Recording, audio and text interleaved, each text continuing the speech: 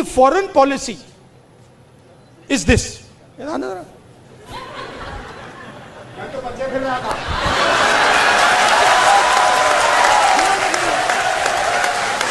आजकल भैया मैं आपको बता रहा हूं, मोदी जी के ऑफिस के अंदर से मुझे इंफॉर्मेशन मिलती है। पूरा जिस दिन तक नरेंद्र मोदी अपना इस्तीफा नहीं देंगे, अमित शाह नहीं हटेगा, उस दिन तक नरेंद्र मोदी और अमित शाह नहीं सो पाएंगे। उनको हम जगा के रखेंगे, पूरी रात जगा के रखेंगे। I like to welcome everybody. Love you. तो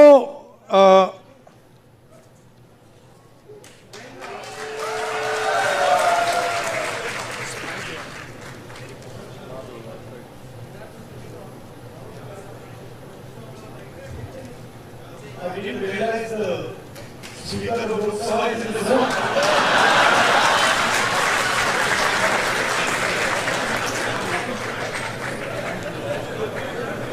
Anyway, ये जो लड़ाई होगी ये अलग अलग लेवल पे होती है। अभी आपने 4 क्वेश्चन सुने, अलग अलग पर्सपेक्टिव सुने।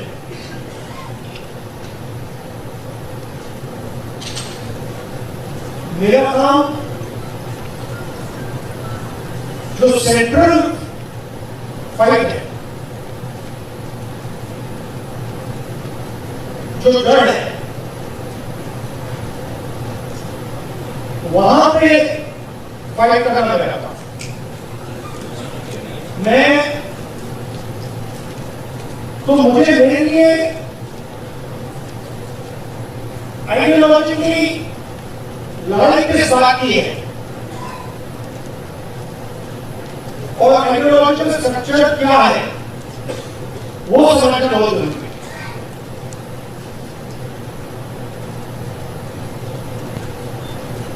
तो लड़ाई किस चीज के बीच होगी आपको पता।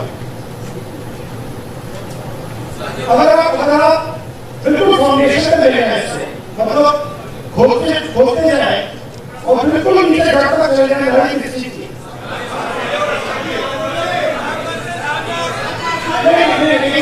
जवानी रोड से यहाँ है उससे नीचे जाइए।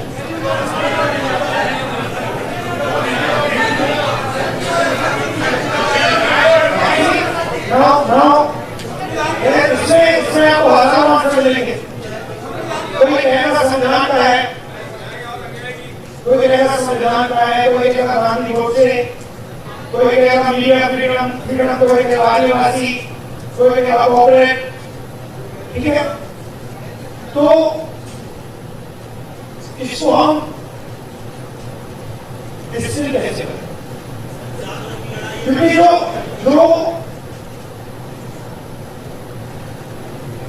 अगर इसको डिस्टिल नहीं करेंगे तो जैसे भी आवाज आनी कैसे आवाज है, कोई भी चलाएगा उसको कैसे दूसरी आवाज करेगी। तो आवाज नहीं देगी, बट आवाज की लॉजिक नहीं दिखेगी। तो प्लीज दिस वन भैया, it's not coming properly, we can use this one. तो चल रहा नहीं है, लाइव में नहीं है, लाइव में वो कह रहे हैं कि लाइव में वो नहीं आ रहा। तो नहीं वो बात तो यू वीडियो इट, ठीक है। नहीं, I am more comfortable there.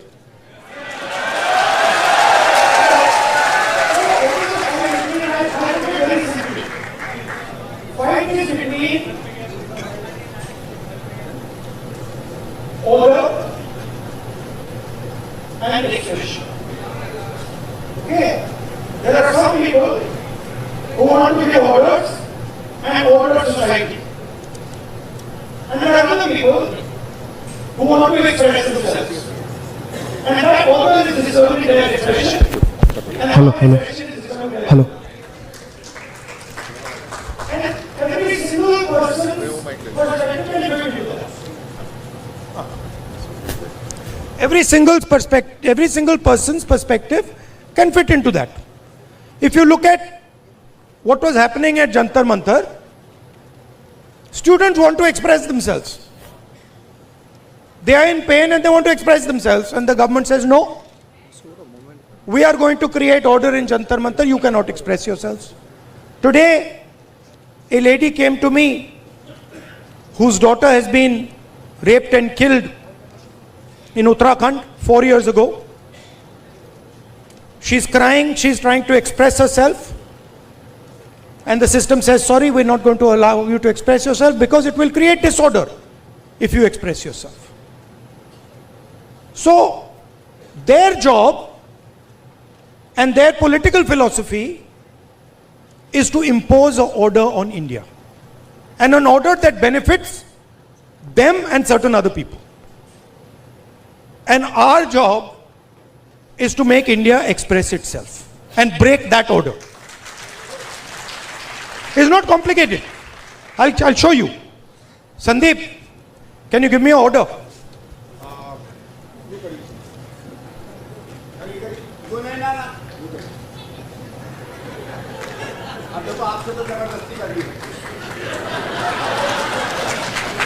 This is RSS. This is रचनात्मक कांग्रेस. एक और ऑर्डर दो भाई, हाथ मिलाने का ऑर्डर दे दो. चलो सिंपल कर देते हैं, फ्रेंडली जेस्चर, हाथ मिलाने का ऑर्डर कर देते हैं. हाथ मिलाने का ऑर्डर दो. Our job is very simple, and we can drive them crazy. इनको हम मतलब पागल कर देंगे. मैं आपको बता रहा हूं, नरेंद्र मोदी रात को नहीं सोता है.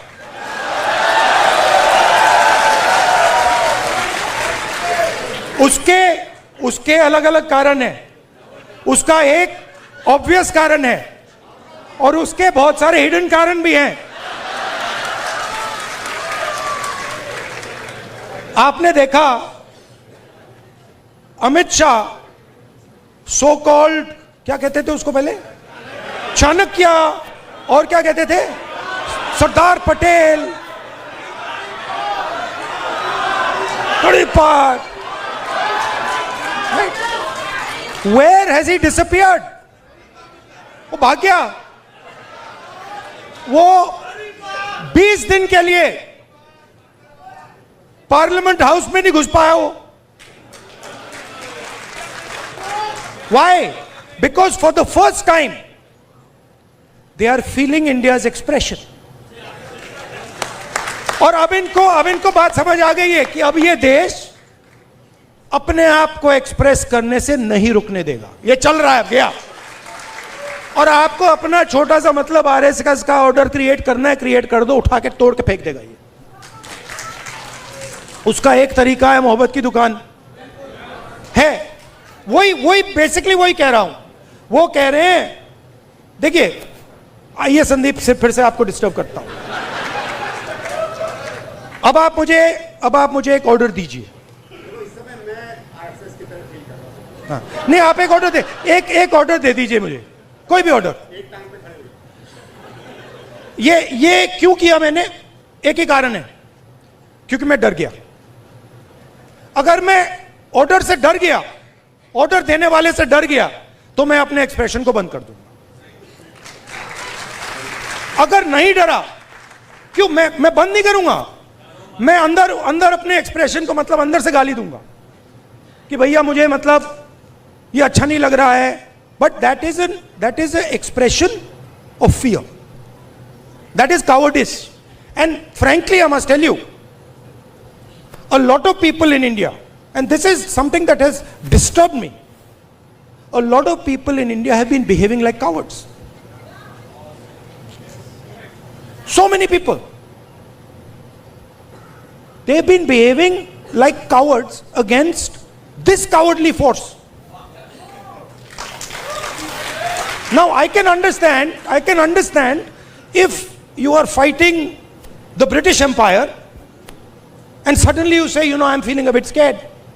But you're fighting a bunch of jokers. How can you feel scared? You're literally, please understand, you're literally fighting a bunch of jokers, clowns, right? Who have no idea about our philosophy, no idea about our history, right? They're a bunch of clowns. Now, I couldn't say this. I can naturally say this about my friends in the RSS. It's obvious to me. In fact, it's obvious to most people that these people have no understanding of India. Right? Why? Because somebody who cannot connect with India as it is today cannot understand India. To understand India, you can't understand India 3,000 years ago. You have to understand it today, right now. And to understand it today, the only way to understand it today is if you understand its expression. These people, please watch them. Please watch them. I'll show you. Bhaiya, 3-4 of you come here. आइए अभी आइए. Just come. Just stand like this. Just stand next to him. Just stand next to him. Just come. Stand here. Now do that RSS salute. That one. How do you do it? Just do it. Just do it. Just do the RSS salute. See, they're not taking the order. Right? But this is what that structure looks like. This is what the RSS looks like mentally, conceptually. Now let me show you the Congress. Let me show you. No, they are now, suddenly they became the Congress. See? So these people, what have they done? What is the magic trick? The RSS has been utilized, has been captured and been utilized by large capital. Okay? Please understand, large capital, Mr. Ambani, Mr. Adani, these guys have captured the RSS. The RSS ceased to exist long ago. What was the RSS? The RSS was the expression of the small Indian businessman. Goldsmith, jeweler, Banya, that was the RSS. That died. It's gone. Today the RSS is an instrument of Mr. Adani. That's all it is. And they stand there with their lathis and all making a fool of themselves. Hindi में बोलूं, मेरा कहना है RSS क्या था? RSS जो छोटा businessman था, मैंने स्टडी की ये बात, जो छोटे छोटे बिजनेस वाले थे, मिठाई की दुकान चलाते थे, सोनार थे, लोहार थे, इनकी फोर्स थी. उनको तो उन्होंने धोखा दे दिया, मार दिया.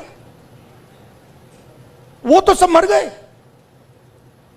आरएसएस ने डीमोनेटाइजेशन कर दिया, जीएसटी कर दी और अपने ही लोगों को धोखा दे दिया, खत्म कर दिया. उसके बाद क्या हुआ? शुरुआत कैसे हुई? शुरुआत वाजपेयी जी के टाइम में प्रमोद महाजन ने की. कैपिटल इंजेक्शन को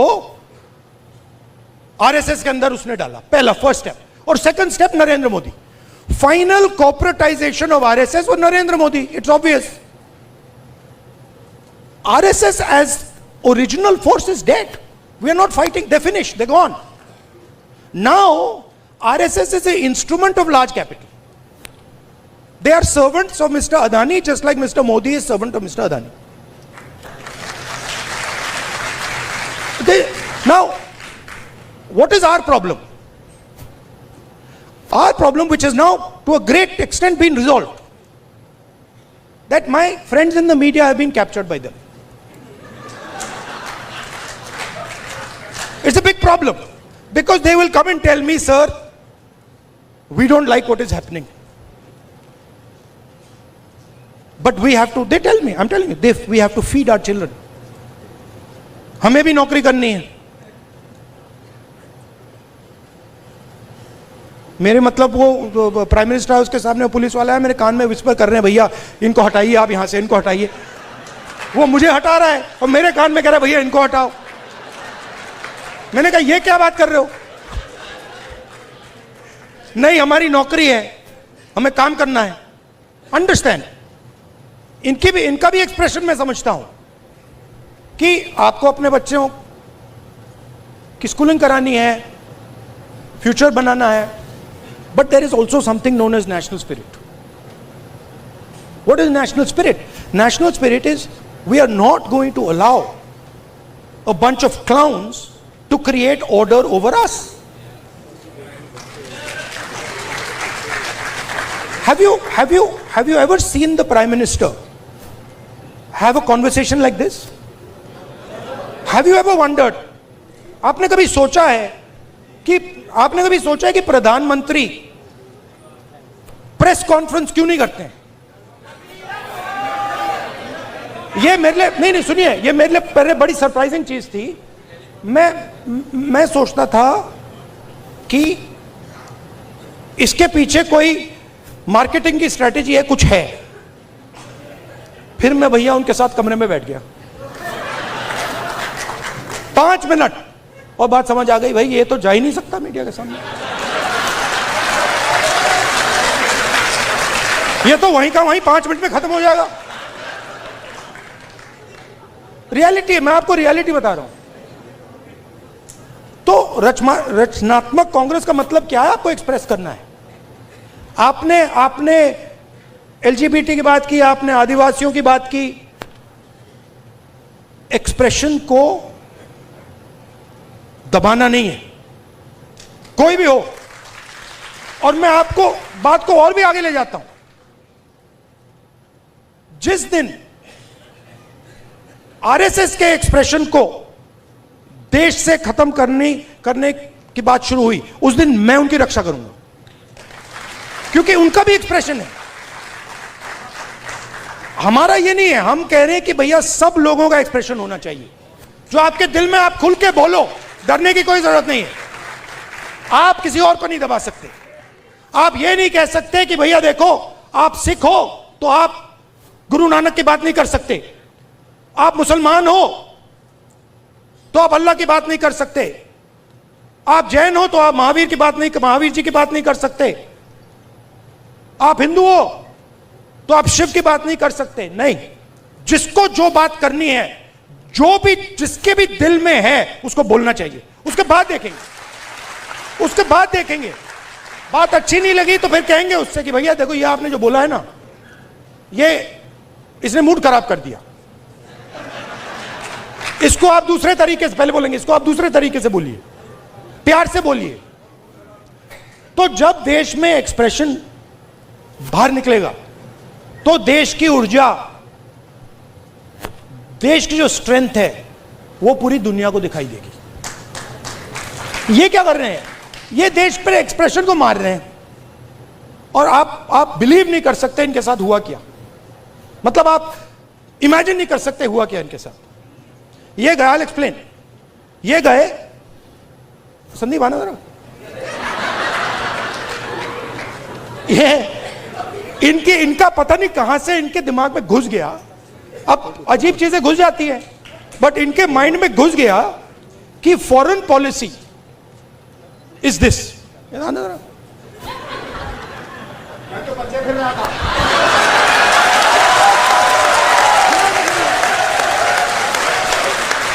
अब पता नहीं किसने डाला, कहां से घुसा कि भाई फॉरेन पॉलिसी का मतलब imagine the ignorance foreign policy. एक चीज पूछ सकता हूं? हाँ, मेलनी समझ के तो नहीं पकड़ा था? I have not reached there yet. But पता नहीं कहां से घुस गया कि फॉरेन पॉलिसी का मतलब नेताओं से गले लगना। मैं छोटा था, मैं आपको पता नहीं अंदर की बात है, बोलनी चाहिए नहीं बोलनी चाहिए, मां गुस्सा हो जाएंगी शायद, बट ठीक है मैं बोल देता हूं, फिर आप संभालना उनको। तो मैं छोटा था, हम अमेरिका गए, एक्सप्रेशन की बात हो रही है तो कह देता हूं, हम अमेरिका गए। मैं आपको ये बात इसलिए बता रहा हूं कि लीडर क्या होता है, मैं ये समझाने की कोशिश कर रहा हूं। तो हम अमेरिका गए, मैं 12 साल का था, प्रियंका, मैं, मेरी मां, दादी प्राइम मिनिस्टर थी। गले मिलने की बात हो रही है ना। तो स्टेट डिनर था, ऑफिशियल डिनर था। तो दादी और मां ऑफिशियल डिनर पे गए, हम बच्चे थे तो हमें मतलब छोड़ दिया घर, हम खेल रहे थे। 2-3 घंटे बाद दादी वापस आई और दादी कहती हैं कि सोनिया, इन अमेरिकनों ने ना मुझे बिल्कुल बेवकूफ समझ रखा है। तो मां कहती है,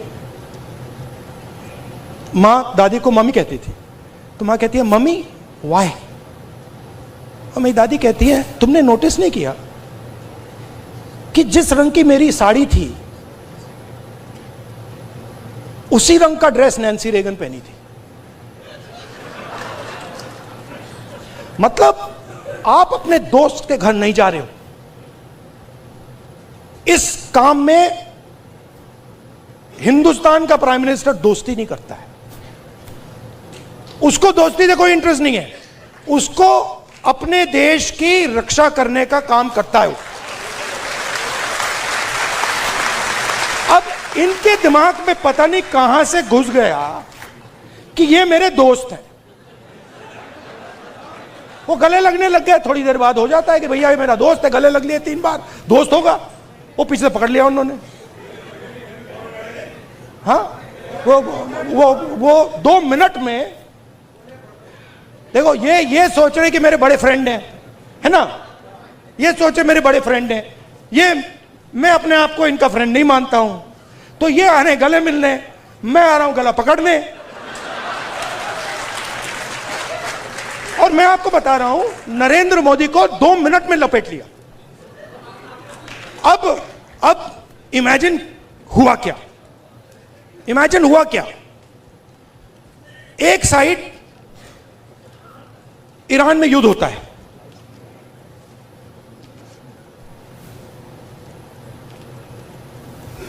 हिंदुस्तान के लिए अगर हिंदुस्तान अपनी स्ट्रेंथ को समझता और अगर हिंदुस्तान का नेता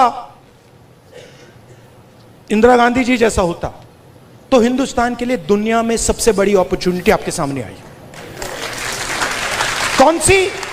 कौन सी कि भैया ईरान हमारा पुराना दोस्त, अमेरिका हमारा दोस्त, रशिया हमारा दोस्त, चलो भैया हम रेलेवेंट बन जाते हैं, इनकी दोस्ती बनाते हैं। हुआ क्या? नहीं हुआ क्या, पाकिस्तान ने हमें जगह उठा के ले गया। जो मीडिएटर पाकिस्तान बन गया और हिंदुस्तान, मोदी जी देखते रह गए ये हुआ क्या भाई, ये कैसे हुआ। अब क्या हुआ, अभी ये मीडिया वाले आपको बता नहीं रहे। मुझे मालूम है आजकल भैया, मैं आपको बता रहा हूं, मोदी जी के ऑफिस के अंदर से मुझे इंफॉर्मेशन मिलती है। पूरा रिवोल्ट चल रहा है अंदर। हुआ क्या,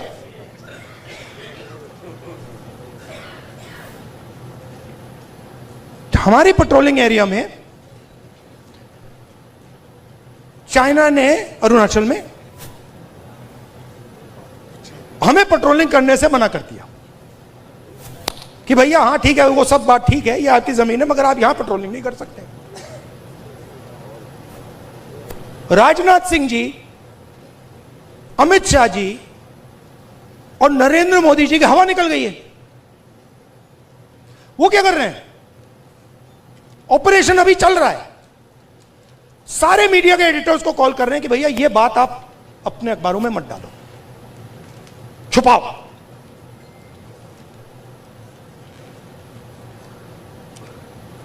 सीधा बिना सोचे समझे देश का नुकसान कर रहे हैं। मैंने देखा, नहीं, मैंने अपनी आंखों से देखा। गलवान के बाद प्रधानमंत्री आए, जूम कॉल थी। प्रधानमंत्री कहते हैं हिंदुस्तान की जमीन का 1 इंच चाइना ने नहीं लिया।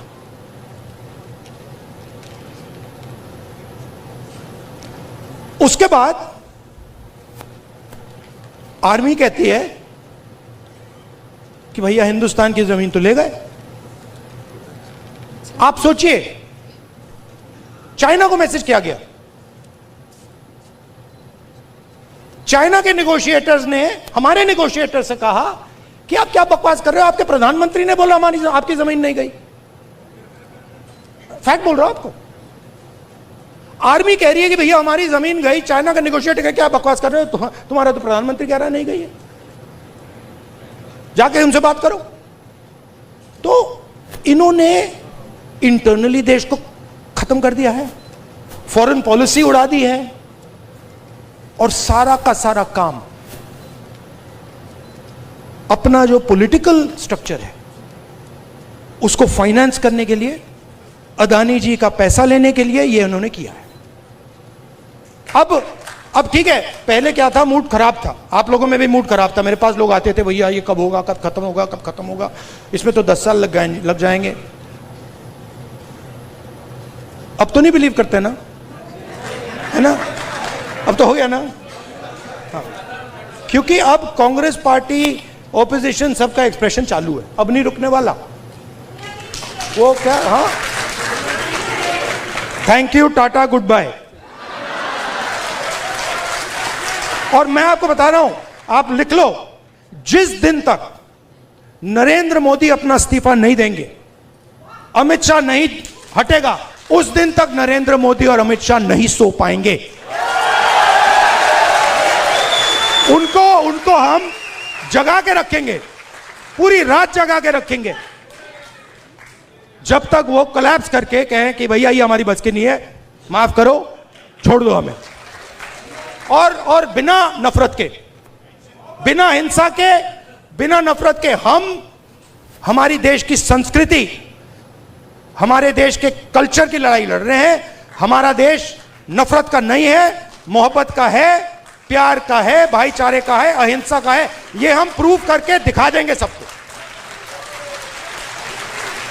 अब आप सबको, जब आपको ऑर्डर मिले ऊपर से, अच्छा लास्ट बात बताता हूं, ये मैं बात समझा कब, ये ऑर्डर वाली। मैं एक दिन लोकसभा में ना, एक तो प्राइम मिनिस्टर का साइड होता है और एक ऑपोजिशन का होता है। तो एक दिन पता नहीं क्यों मैं उस साइड से जा रहा था ऊपर की ओर, तो वो बैठे हुए थे वहां पे। तो जब मैं वहां से निकला, वो मेरी ओर देख रहे थे, सारे के सारे बीजेपी वाले। मैं थोड़ा उनके जानबूझ के थोड़ा ऐसे पास जा रहा था, और मैं, वो घूर घूर के देख रहे थे, मैं भी घूर घूर के वापस देख रहा था। तो एक बीजेपी के सांसद ने पता है क्या बोला, मैं सुन लिया, वो मेरे लिए एक्चुअली था नहीं, मगर मेरे कान में घुस गया वो।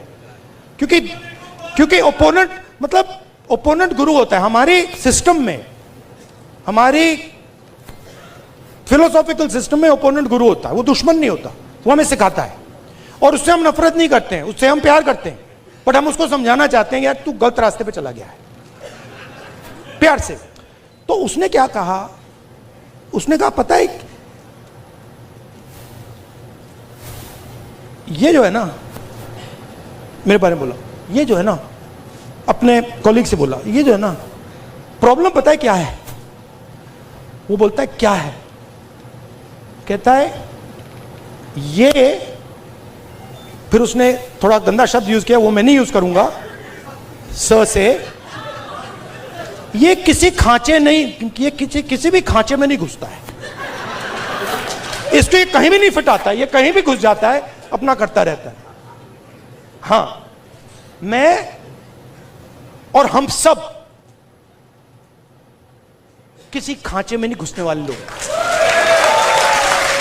हमारे पास हजारों खांचे हैं। देखिए मैं आपको बताता हूं, आप सिख हैं, ठीक है, पहला खांचा। दूसरा खांचा, आप बॉलीवुड स्टार जैसे हैं लुक में, दूसरा खांचा। तीसरा खांचा, आप भाई हैं, राइट। चौथा खांचा, आप स्पोर्ट्समैन हो, राइट। हम सबके पास हजारों खांचे हैं, जो चूज करना कर लो, किसी एक खांचे में नहीं फंसना। Love you all, thank you very much, keep fighting.